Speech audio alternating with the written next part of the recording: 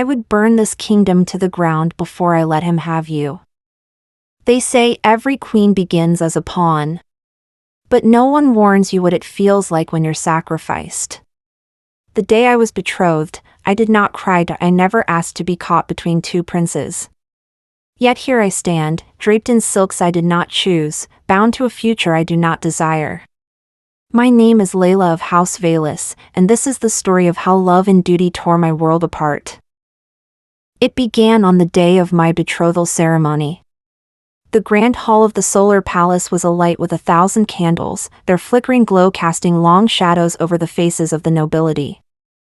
I stood at the center, my fingers trembling as the second prince, Tian, took my hand in his. His touch was cool, his smile polite but distant. He was handsome, with sharp features and eyes like polished steel, but there was no warmth in them. This union will strengthen the realm, the king declared, his voice booming across the hall. The court erupted in applause, but all I could hear was the pounding of my own heart. And then, I saw him. The first prince, Dain, stood at the edge of the crowd, his gaze fixed on me. Unlike his brother, Dain's eyes burned with something raw and unspoken. We had known each other since childhood, running through the palace gardens, sharing secrets under the stars. He had always been the reckless one, the prince who laughed too loudly and loved too fiercely. And I had loved him for as long as I could remember. But love is a luxury for those who are not pawns in the games of kings. As Tian slid the betrothal bracelet onto my wrist, a symbol of our impending union, Dain's hands clenched into fists. I saw the pain in his eyes, the silent plea. Run. Fight. Choose me. But I did none of those things. I bowed my head and accepted my fate. Little did I know, the game had only just begun. The weeks following the betrothal were a blur of silks and suffocating courtesies. Every morning, attendants arrived to dress me in colors meant to complement Prince Tian's house, deep blues and silver, cool and unyielding like the man himself. He was courteous in public, his words perfectly measured, but behind closed doors, he treated me with the same detached interest one might show a finely crafted sword. A useful alliance, nothing more. It was during one of those endless court functions that Dain found me. I had slipped onto the moonlit balcony, desperate for air away from the whispers and watchful eyes. The night breeze carried the scent of jasmine from the gardens below, and for a moment, I could almost pretend I was free. Then the door creaked open. Leila. His voice sent a shiver through me. I turned, and there he was, Dain, his black hair tousled as though he'd been running his hands through it, his formal jacket discarded somewhere, leaving him in a rumpled white shirt. He looked like a storm barely contained. You shouldn't be here, I whispered, though my traitorous heart leapt at the sight of him. Shouldn't I? He stepped closer, the moonlight catching the fire in his hazel eyes. Tell me to leave, then. Tell me you don't feel what I feel. I opened my mouth, but no denial came. He exhaled sharply, running a hand over his face. Do you know what it's like, watching him stand beside you? Watching you force smiles for a man who will never love you the way I do? My breath hitched. Dain, we can't. Why? His voice dropped, rough with emotion. Because my father wills it? Because Tian is the perfect heir? He took my hands, his grip warm and desperate. Leila, I would burn this kingdom to the ground before I let him have you. A gasp escaped me, not at his words, but at the flicker of movement behind him. In the shadows of the doorway, Kale stood watching, his expression unreadable. The air turned to ice. Tian did not move, did not speak. The candlelight from the hall behind him carved sharp lines across his face, turning his eyes into pools of shadow. I wrenched my hands from Dain's grip, but it was too late, the damage was done. Dain turned, his body tensing like a drawn bowstring. Brother. The word was a challenge. Tian stepped forward, his polished boots silent on the stone. Am I interrupting? His voice was smooth, but something dark coiled beneath the surface. I forced myself to stand straighter, my nails biting into my palms. Your Highness. Leave us, Tian said, still looking at Dain. For a heartbeat, I thought Dain would refuse. His jaw clenched, his fingers twitching at his sides, but then he exhaled sharply and strode past Tian without another word. The door clicked shut behind him, leaving me alone with my betrothed. Silence. Tian studied me, his gaze tracing my face as if memorizing every flicker of fear. You disappoint me, Leila. My throat tightened. Do you think I'm blind? He closed the distance between us in 3 measured steps. Or do you simply not care that your little indiscretions could undo years of political strategy? The accusation stung. I have done nothing dishonorable. Yet. His smile was razor thin. Tell me, do you love him? The question hung between us, dangerous as an unsheathed blade. I swallowed. It doesn't matter what I feel. He tilted his head. So you do. A breeze rustled the curtains, carrying the distant sound of laughter from the hall. Tian reached out, brushing a stray lock of hair from my shoulder with glacial precision. Then let me make one thing clear, he murmured. You are mine. In name, in law, in every way that matters. And if my brother forgets that, I will remind him. His hand dropped. Sleep well, Lady Velis. He left me there, trembling in the moonlight, the weight of his threat clinging to my skin like frost. The next morning, the palace buzzed with news. Dain had been sent to the northern border. I heard it first from my maidservant, her voice hushed as she laced my corset. They say it was sudden, my lady. The first prince left before dawn with only a handful of guards. My reflection in the mirror paled. The northern border was a wasteland of ice and rebel skirmishes, a place where nobles were sent only as punishment, or to die. Tian's doing. I stormed into the royal gardens, my skirts tearing through dew-laden roses, until I found him at the chess pavilion. He didn't look up from the board as I approached. What have you done? My voice shook. Tian moved a black knight. Strengthened our defenses. You exiled your own brother. Temporarily. He finally met my eyes, his own as calm as the grave. A lesson in restraint. I gripped the edge of the chess table, the carved edges biting into my palms. He is your blood. And you are my future queen. He stood, towering over me. Or have you forgotten your vows?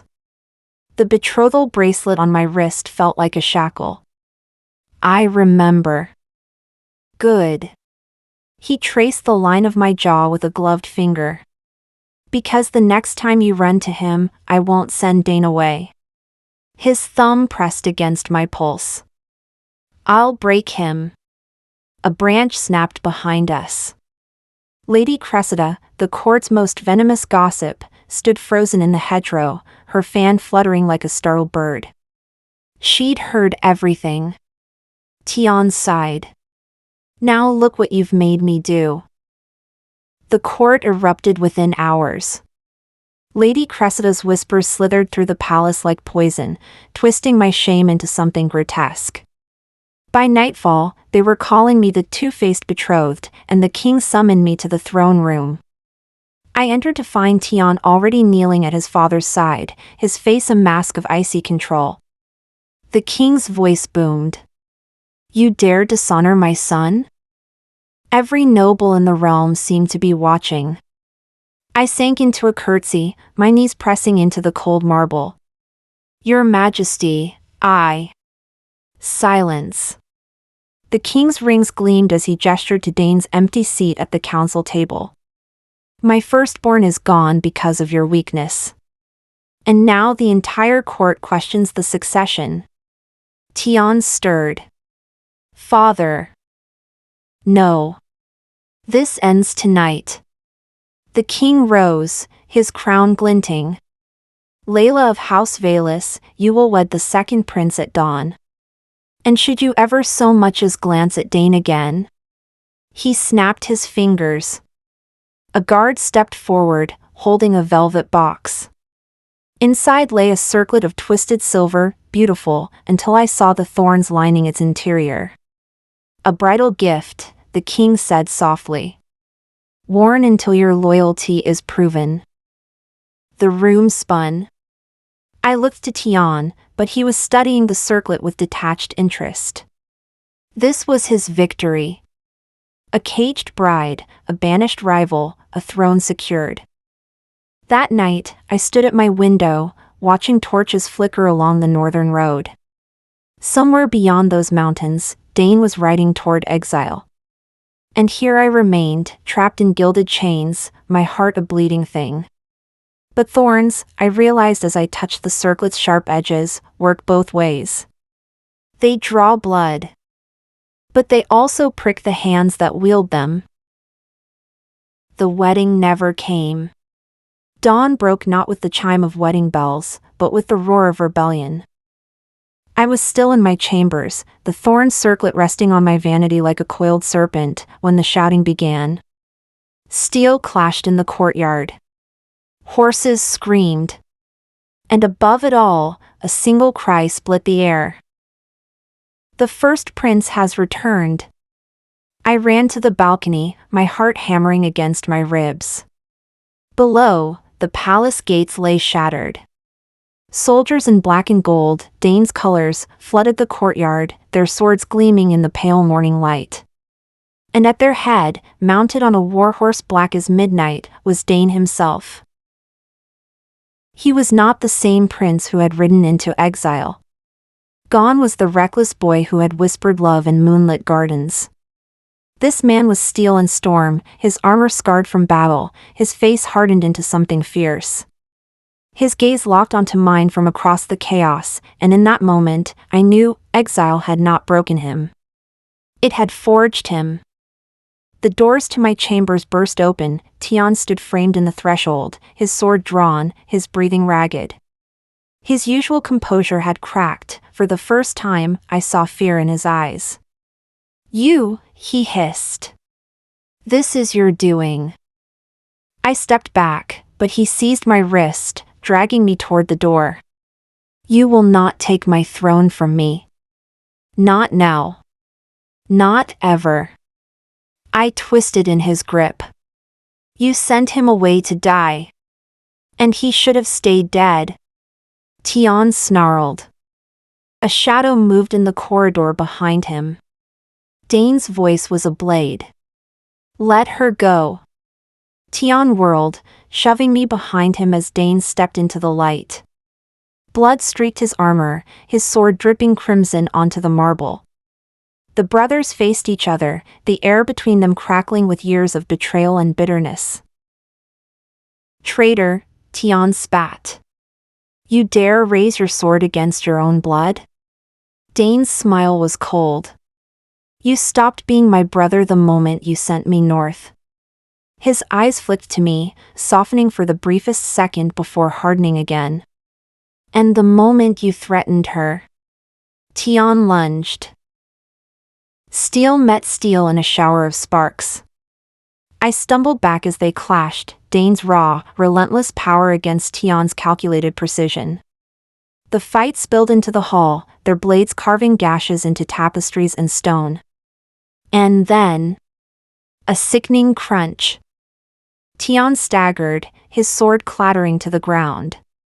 Dain's blade was buried in his shoulder, the wound weeping scarlet.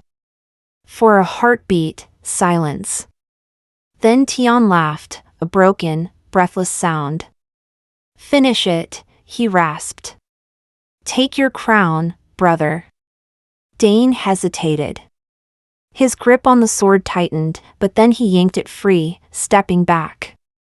No. Tion collapsed to his knees, blood pooling beneath him. Disbelief twisted his face. Why? Dain wiped his blade clean, his voice quiet. Because I am not you. The palace guards, who had stood frozen in the chaos, now dropped to one knee. The message was clear, Dain had won.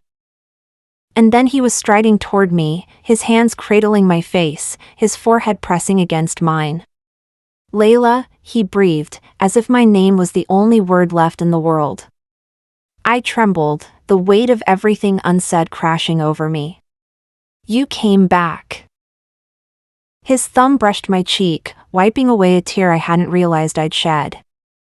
I told you I would burn this kingdom to the ground before I let him have you. A pause. Then, softer, but I'd rather rule it, with you by my side. The circlet of thorns still sat on my vanity, forgotten. Outside, the sun rose over a new era.